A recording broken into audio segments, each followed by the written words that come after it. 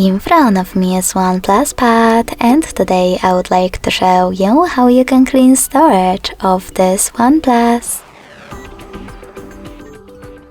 First of all, just open an app called Files and select Clean above Browse on the left.